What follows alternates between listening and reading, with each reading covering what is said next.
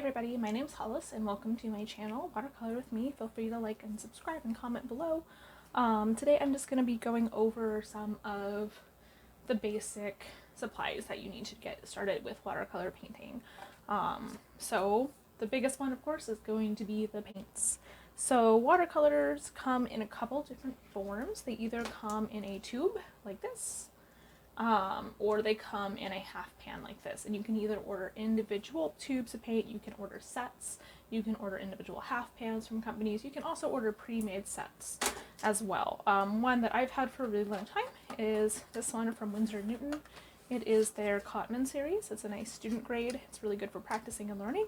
It's not quite as expensive as some of the other ones that are out there. The nice thing about Winsor & Newton is their Cotman series, they use the same quality of pigments as the professional series. They are just a little thinned out, so you're not going to get as vibrant of a color, but they are a really good way to just kind of get familiar with the paint, see what's working, what's not working for you. This one is a really nice 14 color set. I'm missing, I think, a Viridian green, vermilion, I don't know, whatever that V green is that I can never remember what it's called. But this is a really good one. I've used it for a long time. The only color I've ever had to add more of to this one is the ultramarine, just because it's one of my favorite blues and I use it a lot in my paintings. There are also much larger pans. This is one that I got as a gift a few years ago. It is from Sennelier. I don't know. I'm not French. I don't speak French. But it's a really nice palette. It has a lot of different colors. It's seen better days. I haven't cleaned it in a while, but this guy is there's a lot of colors in this one's a 48 color palette. Has some good mixing area here and here, so you can kind of do deposits of color. I do a lot of landscapey colors, so there's a lot of greens going on here, but this is a really nice, good solid palette.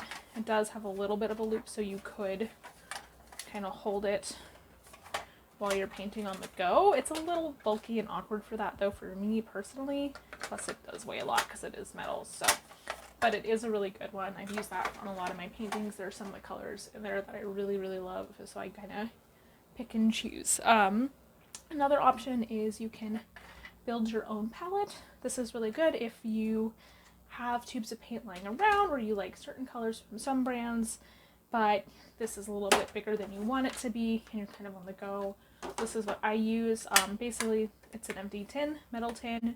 You can do an Altoid tin. You could do, I don't know, a little mint tin of some other company as well.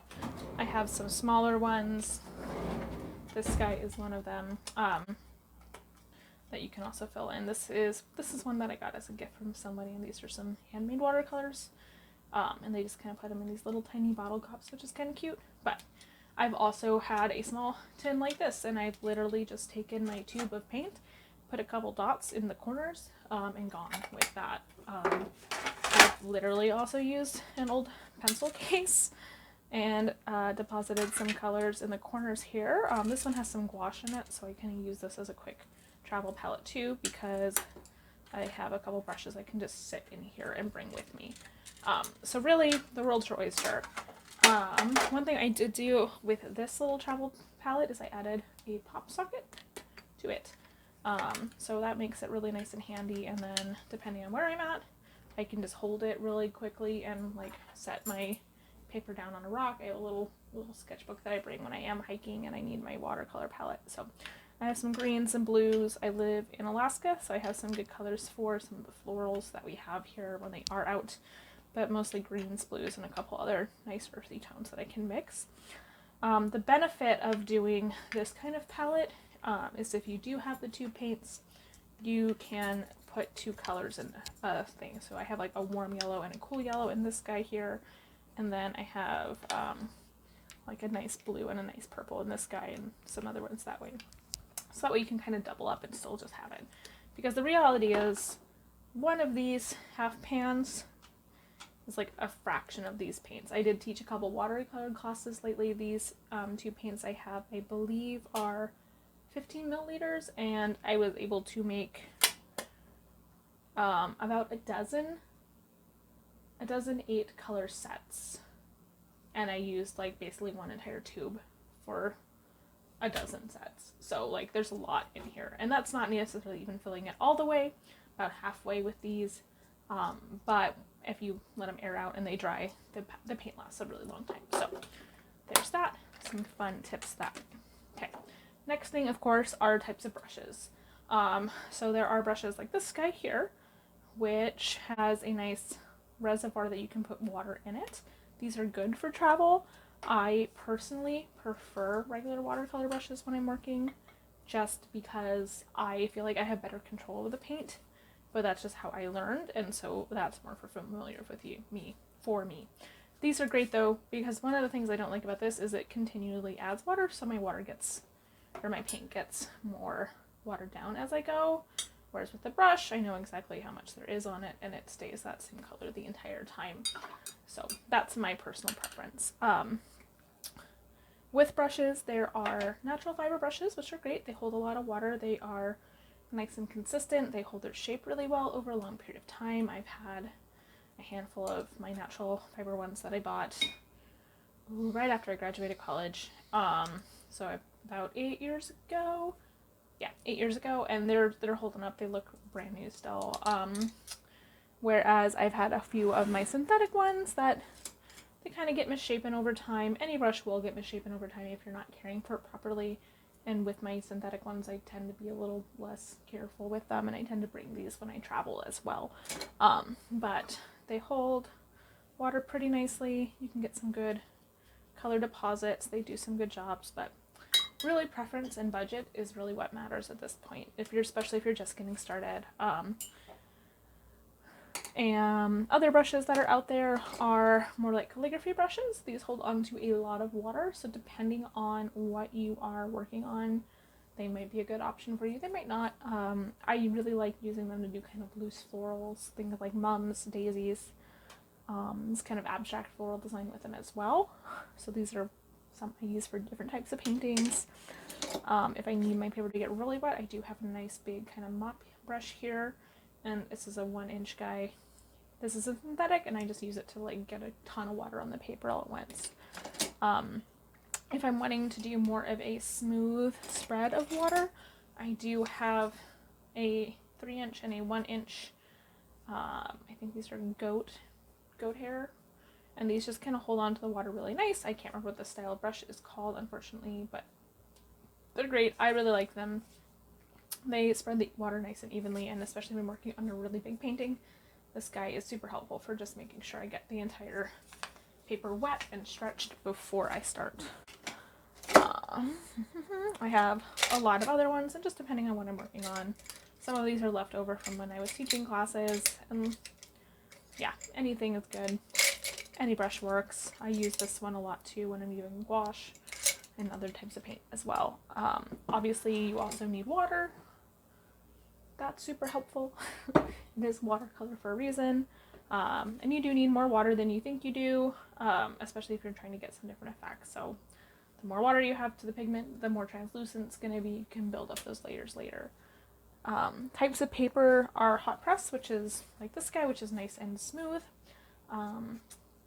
I did a little portrait series on these guys for an event. That was a lot of fun. I do have some cold press, which has a little bit more texture. You can see that here. And different brands use different amounts of texture. So this is a watercolor notebook I have, sketchbook that I bought from a friend that makes them here in town. And it has a lot more texture to it compared to this other brand that I have. So this is bee paper. This I believe is Arches. They're both really nice. I'm really used to using the bee paper. I've used it for a few years, so yeah, that's what I'm used to and that's what I use. I also do have some mixed media notebooks and sketchbooks that are good for just kind of playing around or using different types of paints, doing some quick sketches on the go. It's kind of the world's your oyster. There's a lot of different watercolor papers out there. I do recommend paper that has a higher cotton content to it. The colors are going to work nicer on it. The paper honestly is going to be the biggest factor for a while until you get used to the paint. So a nice high quality paper has something that is 100% cotton, sometimes called 100% rag cotton or rag. That is what you're going to be looking for. It's going to work really nicely. The paper isn't going to warp as much. It will a little bit, of course, just because you are wetting the surface, but that's going to help with some more vibrant pops of colors on the paper themselves. Other supplies that I use is masking tape or painter's tape, and I use this to just tape my paper down to my work surface here or onto a board, and that's kind of helps keep those edges nice and clear. So for framing and matting purposes and scanning purposes later, there is an area of buffer that helps kind of protect the painting a little bit more as well. Other things that are really great for different textures, and I'll kind of do some tutorials of this in the future. Salt, bleach water, a spray bottle. I have like an old toothbrush I use to do some splatter effects. I have some gum arabic, which is a mixing medium for watercolors. It's also one of the primary mediums in watercolors as well, and that's kind of what helps it mix with the water and get keep it from drying too fast. So this kind of slows down dry time. There's also masking fluid. I always add a couple drops of dye or ink to my masking fluid because sometimes it's hard to see when I'm putting it down until it dries, and then I can see it and know where it is. I do also have a few pigment powders for watercolors, and these are really fun to just kind of let them do their thing and create some different textures depending on what I'm working on. I do also have a mix of gouache, which is a thicker watercolor essentially. I think it's almost like a tempera is something that was used to be called. Basically it is a thicker, more opaque paint, kind of an in-between of watercolor and acrylic, but you can re-wet it, you can work it, you can layer it, you can do some similar watercolor effects, but you can also do some fun, more vibrant kind of illustrative effects with it, which I really like. So let me think. Oh, another thing that is very handy is having a hairdryer, just to help speed up the drying process, because sometimes if you're working on a really wet painting, it does take a long time to dry, and you really want to make sure, depending on the technique, you're letting those layers dry completely before you add more color to it. So hairdryer is really helpful for that. Another thing I have in my arsenal of supplies is I do have some water-soluble pencils or watercolor pencils.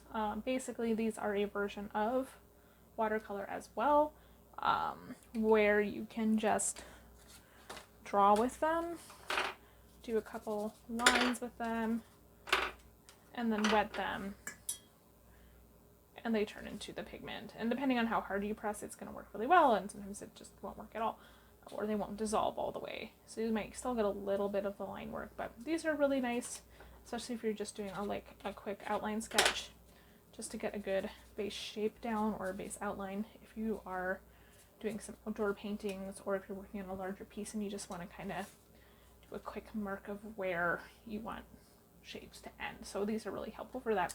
They're also really fun to go over afterwards and just like add some more texture, add a little bit of a wash. You can do some line work with it.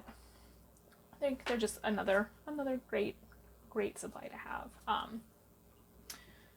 Also rag is a really helpful thing to have. Clean rag, paper towels, things like that. This is clean, it's just stained from all the paint I've used over the years.